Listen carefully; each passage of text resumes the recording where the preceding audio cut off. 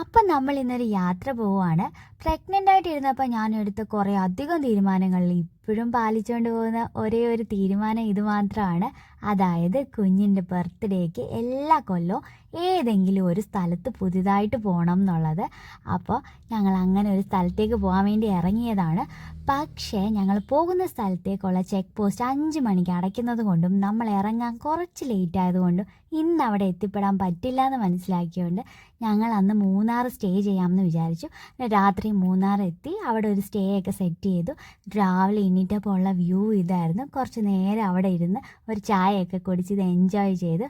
എന്നിട്ട് അടുത്ത് തന്നെ ഒരു വാട്ടർഫോൾ ഉണ്ടെന്ന് പറയുന്നത് കേട്ടു. പെട്ടെന്ന് തന്നെ റെഡിയായി അങ്ങോട്ടേക്ക് പോകാമെന്ന് വിചാരിച്ചു. അപ്പോൾ 1 കിലോമീറ്ററോളം ജീപ്പിൽ പോകാനുണ്ടായിരുന്നു. എന്നിട്ട് ജീപ്പൊക്കെ എടുത്ത് നേരെ വാട്ടർഫോളിലെത്തി. നല്ല വെയിലായിരുന്നെങ്കിലും വെള്ളത്തിന് നല്ല തണുപ്പായിരുന്നു. ഞാനും ചേട്ടനും വെള്ളത്തിൽ അധികം ഇറങ്ങിയില്ല. ഞാനിങ്ങനെ കാലൊക്കെ ഇട്ട് കുറച്ച് നേരം ഇരുന്നതേ ഉള്ളൂ. കുഞ്ഞദ്ദേഹം വെള്ളത്തിൽ നിന്ന് ഇറങ്ങിയതേയില്ല. കാരണം അവന് വെള്ളം കണ്ടു കഴിഞ്ഞാൽ പ്രാന്താണ്. അങ്ങനെ വെള്ളത്തിൽ കിടന്ന് കുറേ നേരം അവൻ കളിച്ച് അങ്ങനെ എൻജോയ് ഒക്കെ ചെയ്ത് കുറച്ച് നേരം കഴിഞ്ഞപ്പോഴത്തേക്കിന്